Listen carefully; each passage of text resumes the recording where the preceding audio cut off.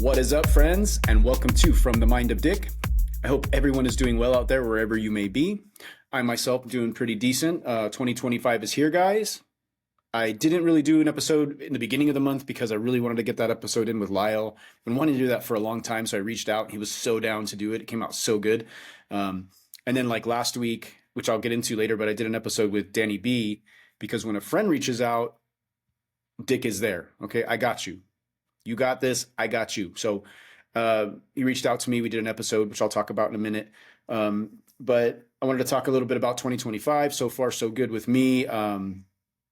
Work is going pretty well. I decided to make a change. I ran into an old manager that was a good friend and talked to her about maybe coming over to the store she's working at now because it's a bigger store, a lot more opportunities, a lot more hours to work. I feel with my skill set, which I'm a badass when it comes to working in a grocery store. Not sure if I should be proud about that, but I can basically do anything. I piss excellence. I reached out and said, hey, maybe, I can come over there and make a difference. And I worked my first week in the new store. And I'm killing it. Like they really need someone like me over there. They have really, really good people over there, really good workers. I really like some of the people that I've met that I work with. They just don't have enough. They don't have enough people and enough good workers. So for me to be to go over there and make a difference, it's going to be great. I'm really happy that I made this move. It's a bigger store. And when you're in a bigger store, which is called a marketplace in the Smith's universe, when you're in a bigger store, you're looked at more, right? Corporate looks at you more, and the big wigs look at you more. So I decided that that's where I want to go. It's like 10 minutes closer from where I live because I did move south. I used to live in Provo, and I was literally like 2 minutes away from where I worked. But I moved about 25 minutes away, and now it's like a 15-minute drive to my work. So it cut a little bit off of it, but it was more like the opportunity. The only thing that sucks is like I miss a lot of the people that I used to work with at the Provo store because I made some really, really good friends. And I hope that my friends over there don't think that, I don't think about them every day when I'm at work. Like I miss all my friends. And I really love everybody that I worked with. Like I had some really good people that I worked with, and I do miss everybody, but it was something I had to do for myself. I was kind of getting bored. It's kind of the same thing every day. And I wanted a new challenge, and coming to the store, like they need the help. And it's a good challenge for me to put things back together, help put things back together for them. So I'm really excited about that. I made that change. LA is burning down, and I did touch on that a little bit with Lyle, but just so you know, guys, like my kids are safe. My kids are good. They're far enough away from the fires. They're in Alhambra where, is pretty close to like Pasadena and stuff like that. It's like a 25-minute drive, right? But they're far enough away to where like basically they dealt with some smoke for a few days. And but also like I just saw that like there's a fire, the Hughes fires around Castaic, which, we all grew up going to Magic Mountain, which is right down the street from, Castaic Lake, right out there in Valencia. And seeing like video of like the tower at Magic Mountain, like the red tower, and then seeing smoke like in the background, I'm like, man, we spent so much time over in that area. It's like, fuck, seeing that like fire is scary, man. Like that's my teenage years right there at Magic Mountain. Seeing that, it was like, that's why I posted some of that on my Instagram story. Was like, holy shit, like that's my old stomping grounds, man. Y'all remember like we used to go to Magic Mountain, and like we'd get in for free because I had friends that worked there. But I won't get into that story. But we would spend a lot of time in that area. I was there in Magic Mountain when there was some riots that were going on. I believe it was right around the Rodney King verdict. But I was in high school, and like that, there was some riots, there was gunfire, like you can read all about it. It was crazy. Like we were there at Magic Mountain, so many memories there, and just seeing like fires so close. It's like, holy shit. And like, I've gone on boats on Castaic Lake, and, spent time hanging out at Castaic, and just to see that was kind of scary. So yeah, LA is kind of burning down. What else? The inauguration, of course. President Trump is now in office again. I don't post and talk about politics anymore because I figured something out a few years ago. And let me explain to you how it works. Donnie T, if you voted for him, you feel, you're this way. Voted for Joe Byron, you feel this way, right? If I say something, let's say I say something about Trump I'm just giving an example. I'm not, if I say something that I voted for this guy, you're going to be pissed off about this and you're going to say I'm wrong for doing this. But if you say something about this, then I'm going to say you're wrong, blah, blah, blah. And everybody's just going to, blah, blah, blah, blah, and they're just going to fight with each other. And that's what they really want. That's what social media does on purpose. People are paid to talk smack about this side, and other people are paid to talk smack about this side. And then we're all divided, and then we all fight, and we don't really see what's really going on. There's things I don't like about Trump. There's things that I really didn't like about Joe Biden. So guess what? I didn't want to have another 4 years of what the fuck was going on with Byron. Okay, so I'm not going to say how I voted, which you probably already know, but it's just that's what I was thinking. I wasn't saying, let's get rid of this and let's do this and let's do that. I was just like, man, let's fucking change shit up a bit. They were doing shit that was fucked up. This person's going to do shit that's fucked up. It's all just to keep us just. But I used to go fucking ham on posting about like, Trump and shit like that, right? But I don't feel the same way. I feel like he's doing shit that I don't like, but he's doing less shit that I don't like.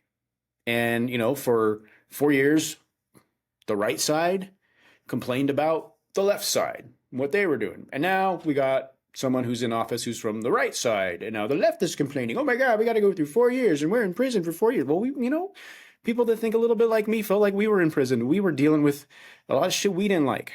So, but there's things like, the deportation and the other shit that I don't agree with, right? I don't think that it's right that we're doing. Like, that's not shit that I voted for. I just wanted to fucking change, man.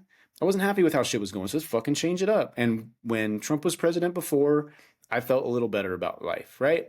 So that's it. But I don't agree with everything. And I didn't vote for him because he's a felon, blah, blah, blah, all this bullshit. Like, that's what you're going to hear from both sides. So I don't look at it that way, okay? I just look at it like, I'm not going to post about that. I want to post on my social media about music, about happy, funny shit, about my life, and about my podcast. That's it. That's all I fucking care about. I'm going to support my homies who are in bands or doing podcasts or doing anything creative. I'm going to support my friends. When it comes to politics, it's off my social media. It will not be on there again because if I don't want to play into their fucking game. It's not going to happen anymore. So if you come at me with like political shit, it is what it is. I am going to be doing more interviews on my podcast, and I know that some of the people who I have lined up want to talk about that, and I will, 100%. And that's where we'll get into it. And if you don't agree, you don't agree. But just realize something. They do it.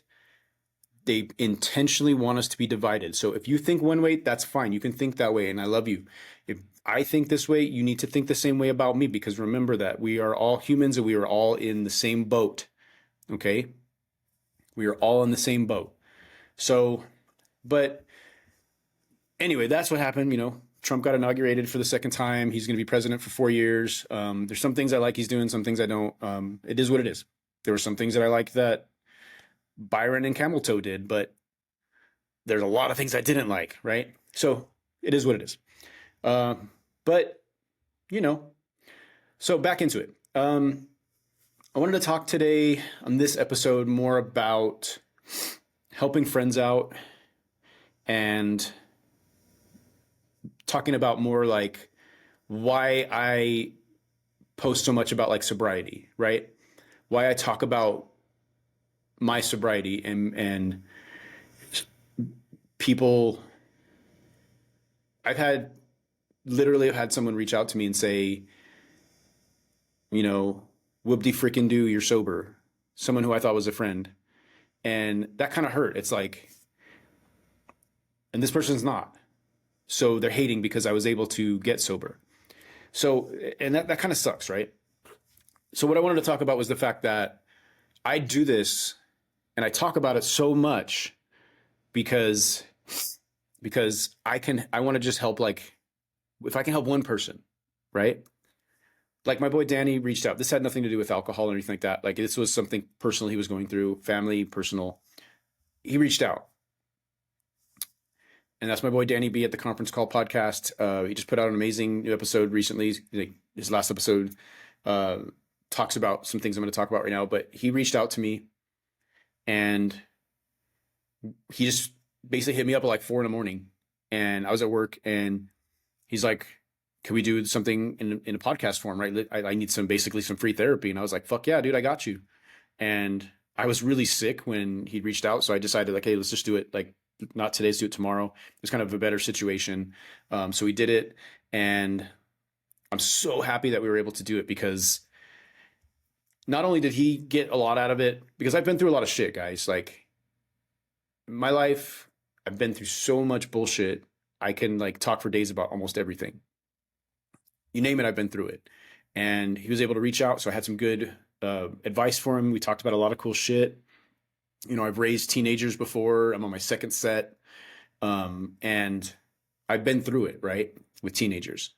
And he was able to like ask me some questions and we talked about some stuff. I sat and I just listened to him talk about everything. And I was able to come up with some good solutions, right? And it helped me too. Not only did it help him, it helped me because that's just like, that's homie therapy right there. That's free therapy, talking to your homies about shit, especially when your homies have been through it. And so I was able to talk to him about that. And it was really a great conversation. If you guys haven't checked it out, it's episode 20 with Danny B. And that's basically what we're talking about is like how to navigate a teenager and raising a teenager, and then how to get through things when you're feeling so down in life, like you feel like you don't matter. And I feel that way a lot. It may portray on my podcast and on social media, it may portray that everything's just always rainbows and unicorns and sparkle shits, but it's not, right? It's really not for me. I have a great life. I have a really, really good life. Like, I can't fucking complain. Like, 2024 was a great year. Like, I went to fucking Hawaii. You know, and that was all free. Like I didn't pay for anything. Like I won it through work. My girl finished nursing school and she started working. So that's amazing. We were able to go on a couple like nice fun trips. Like 2024 was a great year, right? We had a fun time and it's probably one of the best years I've ever had. But sometimes I just get down, man. I just feel like shit. I feel like, I hate myself. And why? Because like, it's all about money. It's always about money. And I work my ass off and I'm really good at what I do. And I make really decent money. It's not great, but it's good, right? I make good money and I never have enough. And I know even, you know, nobody ever has enough, but it's like I give so much money to make sure my kids are taken care of, even money that I'm not required to pay, like money that I just give to them. You know, I pay for like Netflix so that they could watch it. I pay for their insurance. I pay like all this money goes into my kids because that's what dads do, right? And at the end of the day, the end of the month, I don't have a lot left over. And I've thought about, you know, getting another job or, you know, trying to find a side hustle. Side hustle seems to just not work for me. I really don't want to do DoorDash. I did Postmates for a while and it fucking sucked. And I've thought about doing DoorDash, but it's just like, it's kind of saturated right now too. With just a lot of different people doing it right now, but I don't know. I just feel like I'm not doing enough. Like that's why I moved stores because I feel like I have an opportunity to move up in the company and make really good money. So I'm trying to hustle, right? But I'm not a good hustler. Like I'm not good at like side projects. I'm good at fucking going to work, clocking in and fucking killing it. And so sometimes I feel like at the end of the day, I don't have enough money and I didn't do enough. And then the burden goes on to like my girlfriend who helps me out, you know, and I just feel like that's not okay. Like she works her ass off and she needs to be, you know, not have to take care of me. So, and she doesn't mind because we're a fucking team. Like we're a team. You know, we're not married yet, not yet, but we're a team and we do everything together and we support each other. And so I have to look at things like that and say like, I am okay. But when a friend reaches out, I'm there for you. Even though I'm going through shit myself internally and I'm in a lot of pain internally, I'm there for you. I will be there for you. I promise you that. And that brings me to like, well, before I go into other things that I'll talk about, like, that brings me to like something Danny said on his last podcast. So we talked about it. It helped him out. An old friend who he hasn't talked to in a long time because she saw a clip of what I posted about our episode. She reached out to him and they've rekindled a friendship. And I know exactly who he's talking about, even though he didn't mention her by name, but I know exactly who he's talking about. And That's amazing because she's such a good person. Like we follow each other on social media, and I see her life, and she's such a great mother and just a great. She was always a great friend, and they were like brother and sister back in the day, and I remember that. And she reached back out to him, and he now they're rekindling a friendship thanks to the fact that we rekindled a friendship, and that's amazing. Like this is what it's all about, guys. Is like fuck the politics, fuck all the bullshit, right?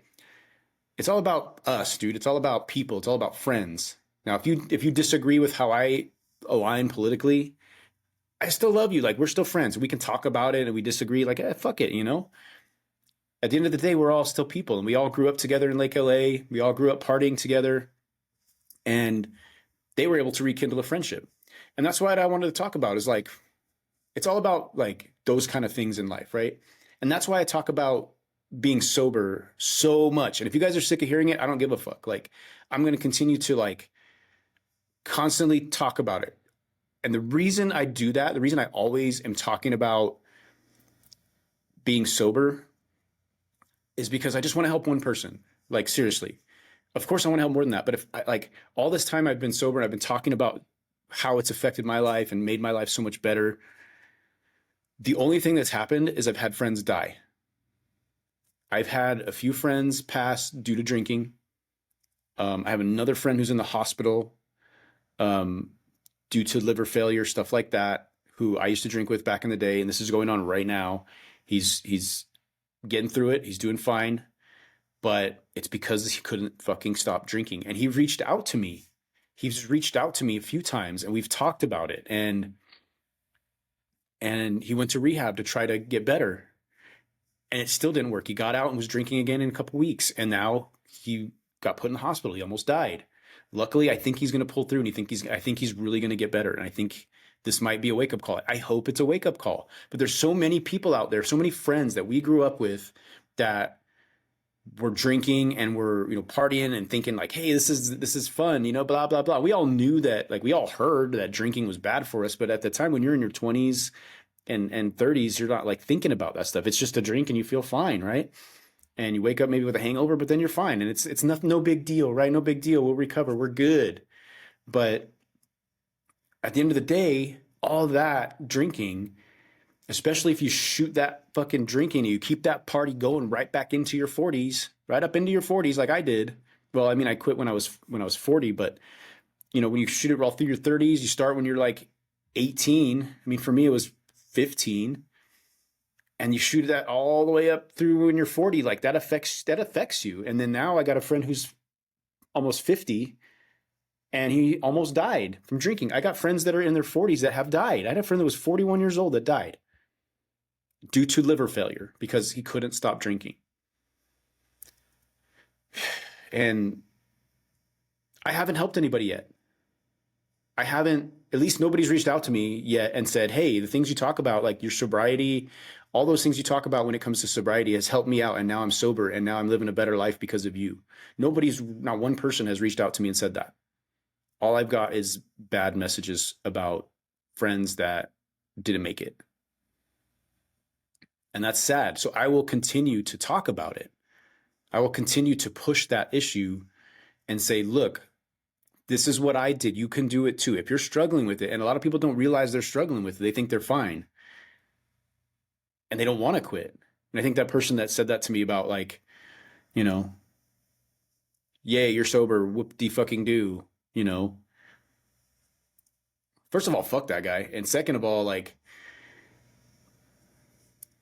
I think he's struggling with it. So when he's put in the hospital because he couldn't stop drinking, maybe he'll think about what I said and said, hey, but I've had friends that have reached out, and then I tried to help them and it didn't work. So I'm doing something wrong, I guess. I don't know. All I can do is show my example and say, look, I fucking did this. You can do it too. I promise you, you can. For me, like, and I've talked about this on the sobriety episode, but I'm going to kind of recap. I was a beer drinker for the longest time. It was just basically beer, and every once in a while I'd have a mixed drink. If you'd go out, sometimes I'd have a mixed drink or take a shot. I really didn't like shots. I hated taking shots. It was the worst. Even when I was drinking heavy, I hated taking shots. But it got you that buzz a little quicker, right? And I did for years and years just drinking beer. It was just for fun. It was just, it was Coors Light, and it was like might as well pour it into the toilet because it doesn't do anything. I mean, it would get me a little buzz. It was fine.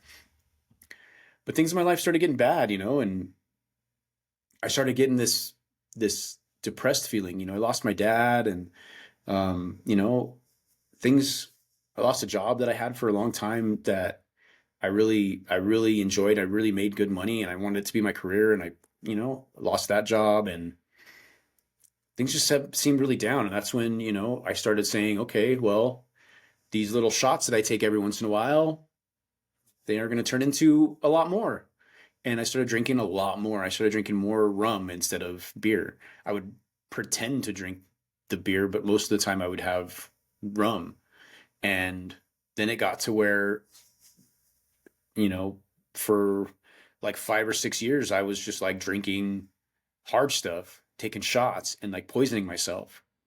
And I think, and I started to get really sick. And I think that if I would have continued to drink that way, I think because of all the beer building up and everything, and then, that was kind of like why I was getting, sick all the time and feeling bad. Like the beer was just a beer. And then once I started going hard and all I drank was hard liquor, because there's people that do that their entire lives. It's all they drink is hard liquor. And I've seen people live into their 60s and 70s and they just drink hard liquor. And for some reason that happens. I mean, but for the most part, if you're going to do that, you're going to end up in your 50s done, which is young, and but I went to the doctor and the doctor was like, you need to stop drinking and you need to stop with all this because you're really close to being pre-diabetic and you're going to die. You're not going to make it another 5 years if you continue down this path. And I continued down the path for a few more weeks after that. And I was like, fuck, man, I'm not going to quit drinking. This isn't affecting me now. And I feel like if I would have kept drinking like that, I might have been put into the hospital. I might have been put into like where I might have been in the position where a lot of my friends are right now. And that's tough to think about, man. Like the reason I stopped was because I didn't want to end up like that. And I started thinking about it. I was like, is this shit worth me fucking dying at fucking 50 years old? Is this shit worth, is drinking really worth like dying over? No, like the party's got to end, bro. And that's what I tried to tell my friend that's in the hospital right now. I tried to tell him like, and this was like a year ago.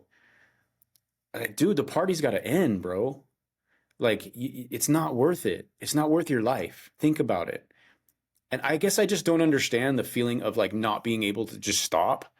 Because I've had friends reach out like, hey, I can't stop, and it just like I don't understand what that's like. I guess it's hard to describe because I never really had that feeling. Like even when I quit smoking cigarettes, I just was like, I don't want to do this anymore. And I figure like if I can get through that morning craving and not drinking or not smoke in the morning, then I think I can get by.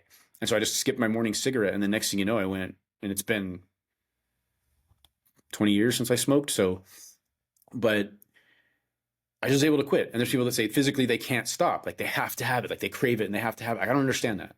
I don't understand that. Maybe that's part of addiction that I don't understand. But I know that I had this anxiety feeling when I would run out, when I start to run out. And I had to have a certain amount in my freezer, was where I kept the rum. I had to have a certain amount or else I would get anxiety, or else I'd be like, I can't run out. I can't run out. And maybe that's the addiction feeling. Like I felt like I would die if I didn't have it and I couldn't not drink. I did not want to go a day without drinking. And so maybe that's it, but that was easy for me to overcome because the thoughts in my head when I was overcoming that was what I was thinking about was, I don't want to die. I don't want this to kill me. And what has this done for my life? What has this done good for me? Nothing. It hasn't done anything good for me. It hasn't done anything good. All it's done is bad.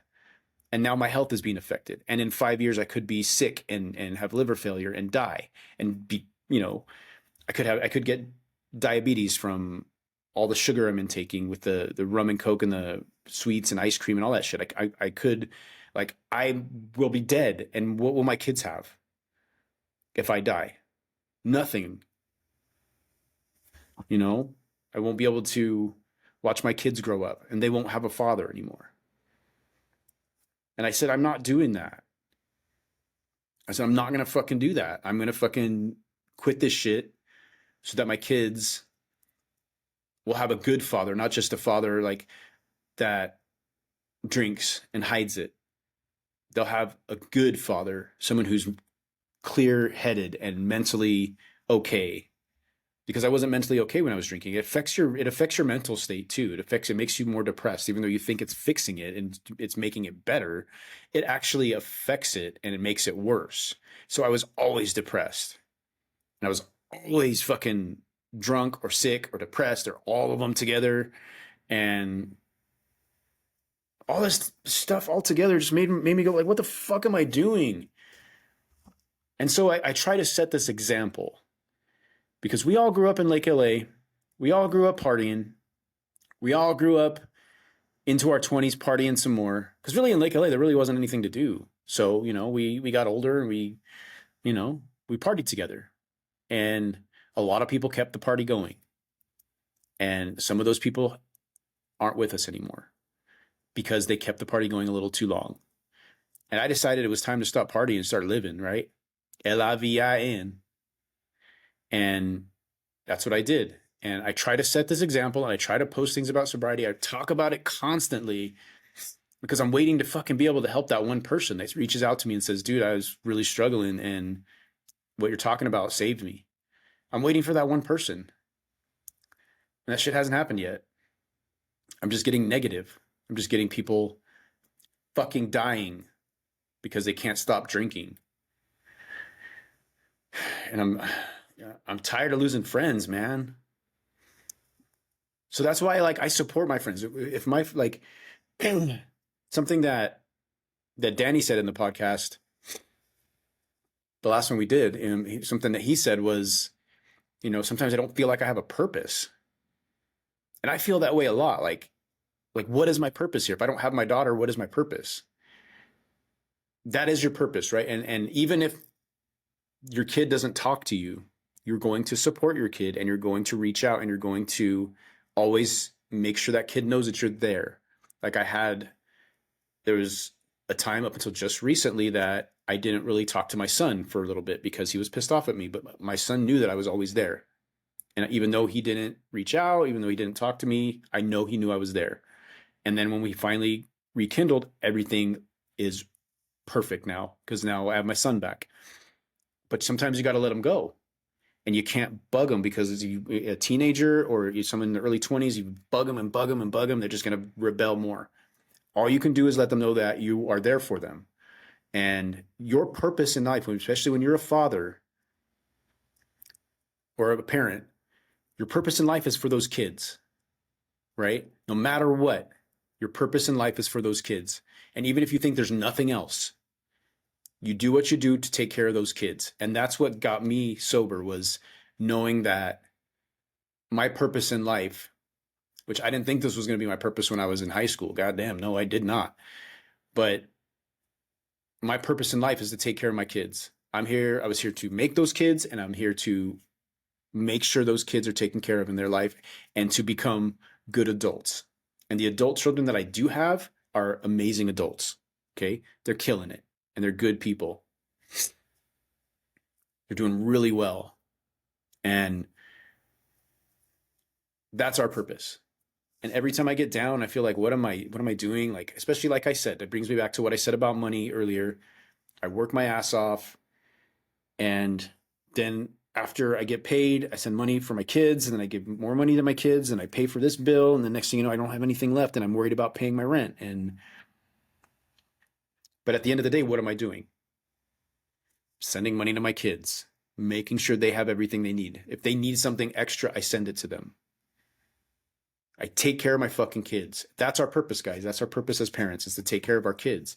And that gave me my purpose in life. And that gave me my purpose. They gave me my reason to get sober and stay sober. And every day, I mean, I don't even think about alcohol anymore, honestly. Like it's so far gone from my life. Like it's just like sobriety is a part of me. Like I never think about, oh, I should, like, even when I get down, I never fucking think about like, oh, I should go grab a drink. That'll make things better. Because I know I take one sip of that alcohol and I feel it, like it's probably game on and I'm done. So, but I don't even think about it. It's not something that like bothers me. If people are drinking around me or I see someone with a drink, or I'm not like, oh, I want that. No, I don't even think about it. You know, my vice is Coca-Cola and ice cream, which are both not good. I need to stop those too, but those are my vices. So, but going back, like my friend reached out, and I feel like me and Danny are going to get closer and closer, and I love that. I can't wait to like maybe like hang out in person one time. Like we got to plan something like that, because like we're a lot alike. We've gone down separate paths in life. Stop talking for a while. Excuse me. Stop talking for a while, and then like I said, through like uh, podcasting and social media stuff like that, we got back together, and we have a lot in common now. And I feel like we got a lot more to do with our friendship. And I just love how like we've rekindled this friendship, because he's such an amazing dude. Again, if you have not listened to the Conference Call podcast, go listen to it. He's got like 77 episodes. Like he had a little joke in his podcast, and I'm gonna snap right back at you, boy. He said this fucking guy's doing video now. This brand new podcaster is doing video now. Like, fuck you. Like, I don't mind having my face out here, like you guys see me. I know what I look like. This is it. Sorry, I'm not better looking, but I don't mind putting my face out there. And I've been wanting to do video for a while, and he doesn't want to do videos, even though I think he should, because I seem to be getting a lot more reactions having video, and a lot more comments, a lot more people talking to me about it. And I like doing it this way. Then I can make cool like little reels, and I can do all this cool shit, right? So the student is going to become the master if you're not careful, bud. You better step up your game. Start doing the fucking animation. Start doing something, bro, because the student is becoming the master. Because I learned everything from you, and I'm gonna start killing you, bro. So you better step up your game. Anyway, that's it for me, guys. Little quick 30-minute episode, like I like to do. Hope you guys enjoyed it. Like I always say at the end of my episodes, guys, anything's going on in your life and you're struggling with it, guys, just reach out. Like seriously, reach out to me. Whether it's social media, if you want to hit me up, if you have my phone number, text me. Like, reach out. If you want to talk, if you want to do a podcast about it, let's do it. Like, just remember something, guys. Like, if things get bad, this is what I tell myself, and this is what I want you guys to realize. Things get bad, just look in the mirror and tell yourself, you got this. Okay? You got this. Guys, I love you. Till next time, peace.